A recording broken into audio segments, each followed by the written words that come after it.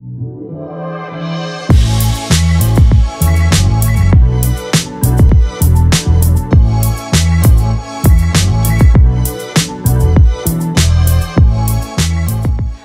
tout le monde, je vous retrouve aujourd'hui pour une toute nouvelle catégorie de vidéos en ce début d'année 2018 et il s'agira de vidéos sur le bullet journal, bujo ou bullet journal, je ne sais pas comment vous voulez l'appeler. On va parler du bujo, ça sera beaucoup plus simple aujourd'hui. Avant toute chose, je voulais vous souhaiter une belle année 2018, que cette année soit remplie de joie, de bonheur, d'amour et d'amitié. Je vais d'abord commencer par vous expliquer ce qu'est un bullet journal ou un bujo du coup. Alors en quelques mots, un bujo, bien en fait ça regroupe plein de choses. Ça peut être à la fois votre agenda pour l'année, ça peut regrouper vos listes de courses, vos menus pour la semaine, vos wish lists et ça peut être fait de la manière la plus simple, la plus minimaliste en ne notant que les titres, les textes, etc.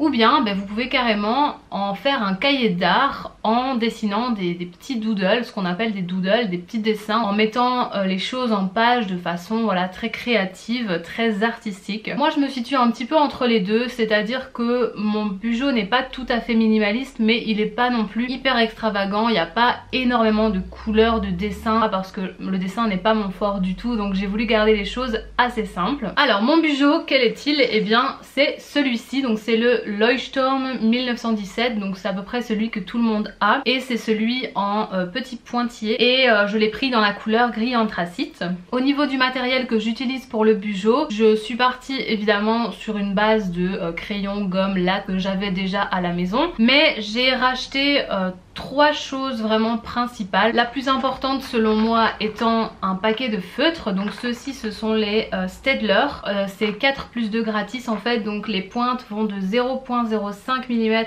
à 0,8 mm. Je vous mettrai tous les liens en barre d'infos d'où viennent ces produits. Ces feutres je les aime vraiment beaucoup, ils vont bien pour écrire dans le bujo honnêtement et c'est vraiment bien aussi qu'il y ait différents types de pointes, en sachant que la pointe la plus fine je l'utilise plus pour les traçages, donc pour tracer des lignes, des colonnes, ou également pour écrire mon texte tout simplement. Moi j'aime bien quand c'est assez fin, quand c'est assez élégant, donc je préfère écrire avec une plus petite pointe. En général la 0.1 c'est bien, et je garde les plus grosses pointes, notamment la 0.3 ou la 0.5, plutôt pour des titres que j'aime bien mettre en évidence. J'aime bien que les titres soient un petit peu plus prononcés, un petit peu plus gras. Donc voilà l'utilité que j'en fais. J'ai également acheté ces 6 feutres qu'on appelle dans le jargon des Tombow, c'est la marque en fait de ces feutres, ce sont des Tombow. Ce sont des feutres qui sont composés de 2 pointes. De toute façon vous aurez les swatchs ici en haut du résultat. Alors vous avez donc en fait une très fine pointe ici d'un côté et de l'autre vous avez une pointe qui s'apparente plutôt à un pinceau et avec laquelle vous pouvez faire ce qu'on appelle de la calligraphie, donc pour dessiner voilà des belles lettres, faire de jolis effets de calligraphie. Je suis pas encore hyper au point sur la technique, j'essaye de m'entraîner et petit à petit ça viendra. Je trouve que c'est joli mais bon c'est pas quelque chose qui me rend super à l'aise, donc voilà je m'entraîne un petit peu, j'en fais un petit peu mais je vais pas non plus trop loin dans le délire parce que voilà c'est justement c'est pas trop mon délire. Le dernier point au niveau du matériel, et bien c'est cette grosse boîte de Crayola Super Tips Washable Markers. Il y en a 50 dans la boîte, donc il y a vraiment un choix de couleurs incroyable. Ceux-ci je vais pas vous les swatcher parce qu'il y en a vraiment beaucoup, mais globalement vous avez toutes les couleurs possibles, des plus pastels, des plus clairs, des plus foncés. Il y a un dégradé terrible dans les verts, dans les bleus, dans les mauves roses, même dans les marrons. Vous pouvez faire plein de choses avec ça. Ce qui est bien en fait avec ces marqueurs, c'est qu'ils peuvent donc servir pour colorier des petits dessins, mais ils ont aussi cet effet un peu mouillé, cet effet presque aquarelle, pas tout à fait mais voilà ça y ressemble, et du coup ça donne voilà des super effets pour mettre des titres en évidence, pour souligner des choses. Voilà donc la partie concernant le matériel est terminée. Maintenant je vous laisse avec la suite, c'est-à-dire la présentation de mon bujo.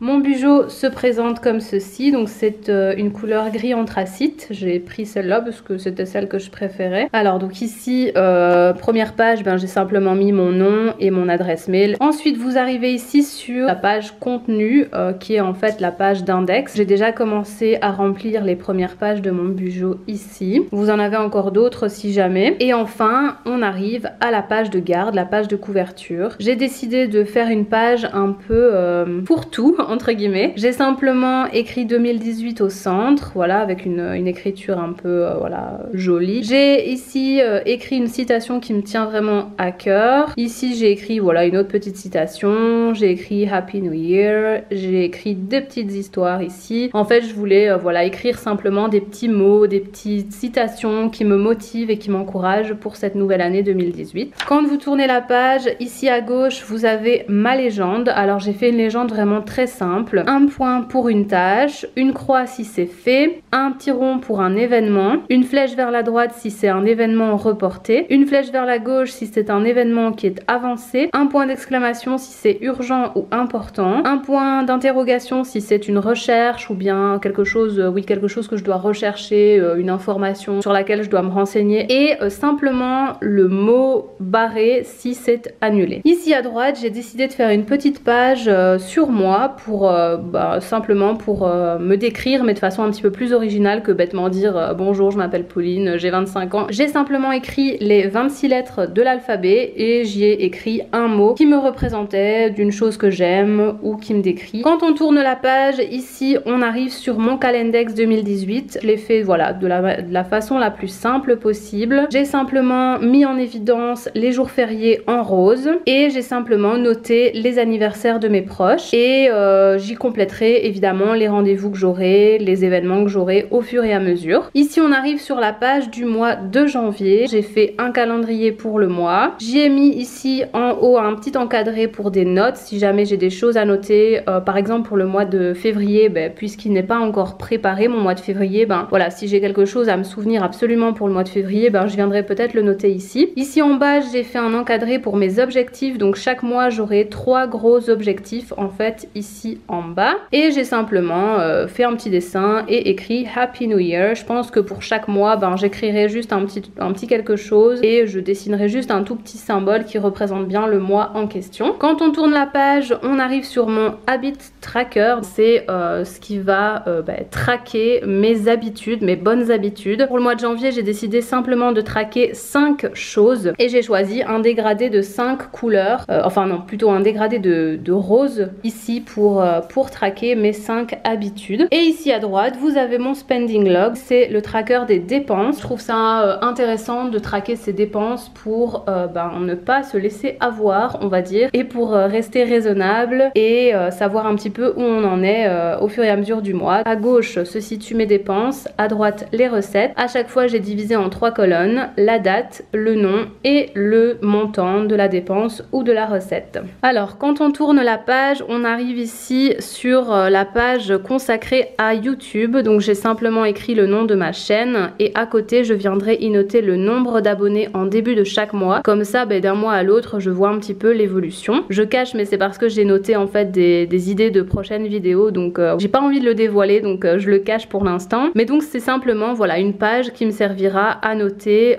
mes idées de vidéos prochaines. Cette page 6 c'est une page développement personnel sur laquelle je viendrai écrire des citations, des mots positifs, des événements heureux dont j'ai envie de me souvenir, voilà ce genre de petites choses. Ce sera simplement un petit pêle-mêle de plein de petites choses et j'y mettrai de la couleur, j'y mettrai différentes textures pour vraiment que ce soit une page inspirante et motivante. Ici on arrive du coup sur la première page du mois de janvier, la première semaine du 1 au 7. Je suis pas hyper satisfaite de la mise en page de mes semainiers. J'ai pas très bien agencé les choses. Je voulais absolument un petit agenda comme ça qui reprend la semaine dans laquelle on se situe. Je voulais absolument un encadré de notes et je voulais évidemment de la place pour écrire mes 7 jours de la semaine. Mais voilà, je trouve ça pas hyper bien agencé parce que j'ai un gros espace blanc là, j'ai un gros espace blanc là et j'ai pas hyper envie de faire plein de dessins ou quoi que ce soit pour combler l'espace blanc. Donc voilà, je vais vraiment m'arranger pour mieux agencer les choses pour le mois de février et les prochains mois de façon à ce qu'il n'y ait pas autant de blanc et du coup d'espace perdu. Je vais passer assez rapidement les prochaines pages puisque c'est exactement la même chose. Vu que le mois de janvier se termine un mercredi, j'ai uniquement utilisé la demi-page de gauche ici pour la fin du mois de janvier avec l'encadré des notes ici. La fin du mois de janvier est elle bien agencée puisqu'il n'y a aucun espace blanc, il n'y a pas d'espace perdu. Ici à droite on a la page de mes lectures pour 2018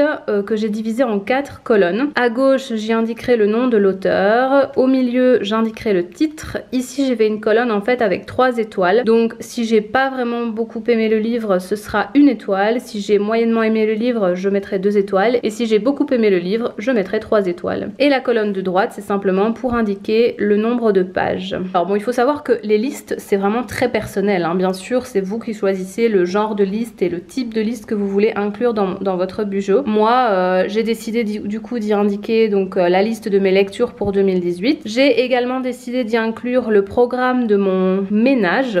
Donc j'ai noté par exemple ici ce que je dois faire tous les jours, ce que je dois faire toutes les semaines, que je dois faire 2 fois par mois, ce que je dois faire 1 fois par mois et ce que je dois faire 3 à 6 fois par an. La liste n'est pas vraiment complète, mais j'ai mis vraiment les plus grosses tâches ménagères, les plus indispensables, on va dire. Et j'ai simplement fait un petit doodle ici en bas. Je me risque pas à faire trop de doodle parce que le dessin n'est vraiment pas mon point fort, donc je me limite à vraiment un petit élément ou deux simplement pour apporter un petit peu de détails. Ici à droite, on arrive sur la page concernant ma morning routine. Vous voyez qu'il y a un très grand espace blanc ici, tout simplement parce que je pense que dans quelques jours, voire quelques semaines, je viendrai y inclure ma night routine. Et même chose, j'ai simplement dessiné un petit soleil. Et enfin, on arrive déjà dans ma dernière double page. Alors à gauche, c'est ma wishlist pour l'année 2018. Je viendrai remplir au fur et à mesure ce qui me ferait plaisir, et dès que je m'achète ou que je reçois un de ces éléments, eh bien je viendrai simplement colorier le cœur au fur et à mesure. Cette page-ci, c'est une page que j'avais vue notamment sur Pinterest. J'essaierai peut-être aussi de vous mettre les liens de mes inspirations Pinterest parce que la plupart de mes mises en page viennent de Pinterest. C'est en fait des petits trucs pour prendre soin de moi. Ce que je vais faire, c'est que je vais mettre des petites vaguelettes, voilà, et je vais mettre des petites bulles à chaque fois. Et à l'intérieur, j'inscrirai une action, un petit quelque chose pour prendre soin de moi. Ça peut être une bonne habitude à prendre, ou ça peut être d'un point de vue alimentaire, ça peut être au niveau sportif, ça peut être vraiment plein de choses, n'importe quoi. Et je viendrai remplir la page au fur et à mesure. Voilà, j'espère que ça vous aura plu d'avoir un petit aperçu de mon Bujo. Je vous repasse rapidement un petit peu les pages. Et moi je vous retrouve très bientôt pour une prochaine vidéo. Ciao!